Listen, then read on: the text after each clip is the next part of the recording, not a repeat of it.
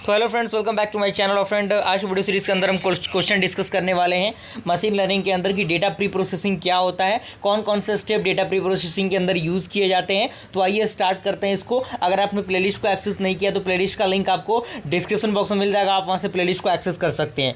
तो यहाँ पर डेटा प्री प्रोसेसिंग कह रहा है, नाम से ही आपको पता लग रहा होगा कि डेटा को प्री प्रोसेस करना, यानी जो भी डेटा अनडिजायर्ड फॉर्मेट में है उसको एक डिजायर्ड फॉर्मेट में लाना। ओके, तो आइए इसको अंडरस्टैंड करते हैं। पहला पॉइंट कह रहा है कि data pre processing is a process of preparing the data and making it suitable for a machine learning model। यानी जो डेटा प्रोसेसिंग होता है, प्री प्रोसेसिंग होता है, एक प्रकार का प्रोसेस होता है डेटा को प्रिपेयर करने का, जो क्या करता है एक सूटेबल फॉर्मेशन प्रोवाइड करता है मशीन लर्निंग मॉडल को। ओके, और यहाँ पे अगला पॉइंट कह रहा है कि as the quality of data affect the ability of model to learn, hence it is extremely important that we process data before the giving the input model. यानी इनपुट मॉडल को देने से पहले डेटा को प्री प्रोसेस करना बेहद ज़रूरी होता है। तो अभी हम डिस्कस कर लेते हैं कि कौन कौन से उसमें टर्म्स आते हैं। कुछ पॉइंट्स हैं, इन पॉइंट्स को आप इजीली लिख सकते हैं अगर एग्जामिनेशन में ये क्वेश्चन पूछा जाए तो।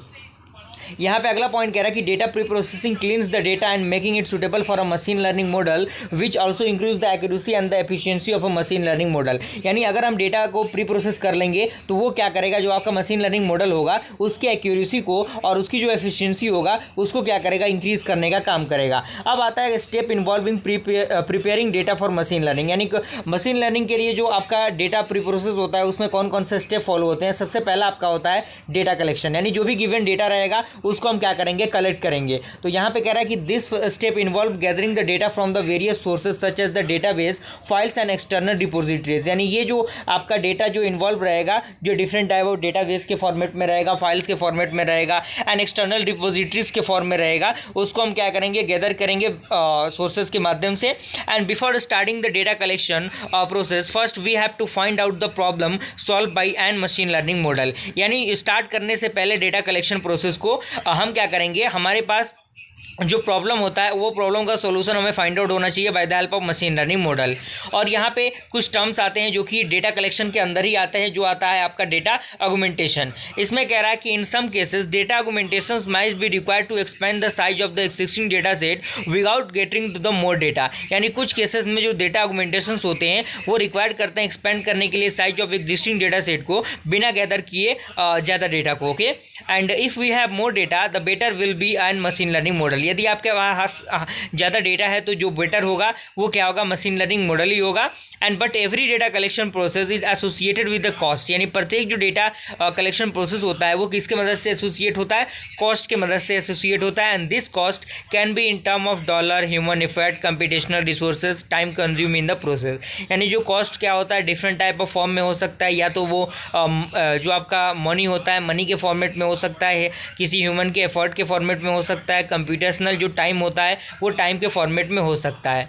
ओके, और भी कुछ पॉइंट्स यहाँ पे दिए गए हैं। एग्जांपल आपका दिया गया है, for example if a data set of the image collected they can be argumented by. यानी अगर मान लीजिए कोई भी डेटा सेट ऑफ इमेज अगर हमें कलेक्ट करना है तो वो किस तरीके से आर्गुमेंट होगा, हम रोटेट करेंगे उस इमेज को, द ओरिजिनल इमेज को, and crop the original image differently and altering the light condition. Okay, और कुछ पॉइंट्स इसके अंदर है। अब डेटा ऑगमेंटेशन के बाद एक पॉइंट आता है डेटा लेवलिंग का। डेटा लेवलिंग क्या होता है, ये एक प्रकार का सुपरवाइज मशीन लर्निंग मॉडल होता है जो क्या करता है, that might also be a part of the data preparation process. यानी ये क्या है, बेसिकली एक डेटा प्रिपरेशन प्रोसेस जो होता है वो उसका एक पार्ट है। And it can be done manually by crowd worker और the automatically using the specialized framework. यानी हमको इसको हम क्या कर सकते हैं कि स्पेशलाइज्ड फ्रेमवर्क के मदद से इसका हम यूज़ कर सकते हैं।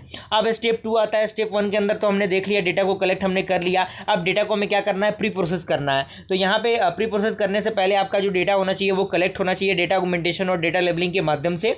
और वही चीज़ें यहाँ पे दी गई है कि as the data collected in the step 1 में be in the undesired format and organized format और extremely large, so further steps are needed to enhance the quality of the data.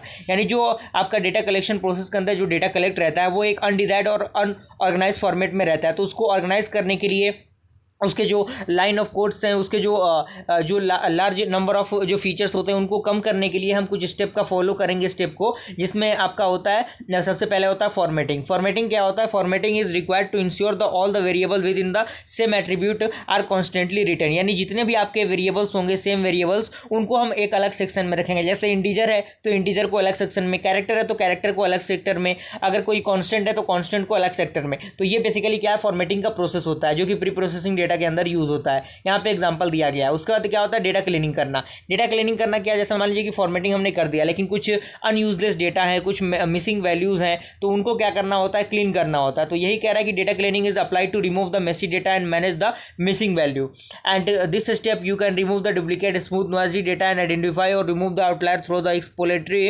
Data and analysis complaint by the domain expertise, so this data is not important for the model. यानी ये basically model के लिए जो data cleaning process होता है वो ज़्यादा important नहीं होता।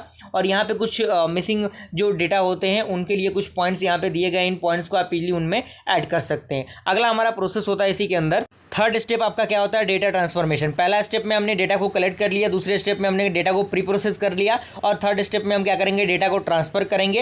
And this is the last stage in preparing the data for the machine learning task, यानी मशीन लर्निंग टास्क के लिए ये लास्ट स्टेज होता है। And it involve the transforming the pre processing data into the form that are more suitable for specific machine learning algorithm. यानी ये जो होता है वो डेटा को ट्रांसफर करने के लिए यूज़ किया जाता है। इसमें कौन कौन से एल्गोरिथम आएंगे? इसमें आपका नॉर्मलाइजेशन आएगा, स्केलिंग आएगा, डिकम्पोजिशन आएगा, एग्रीगेशन आएगा। ये सारे टर्म्स क्या होंगे? डेटा ट्रांसफॉर्मेशन के अंदर आएंगे। तो इस तरीके से हमने इस क्वेश्चन को कंप्लीट किया। मिलते हैं ऐसे ही इंटरेस्टिंग वीडियो के साथ, तब तक के लिए थैंक यू।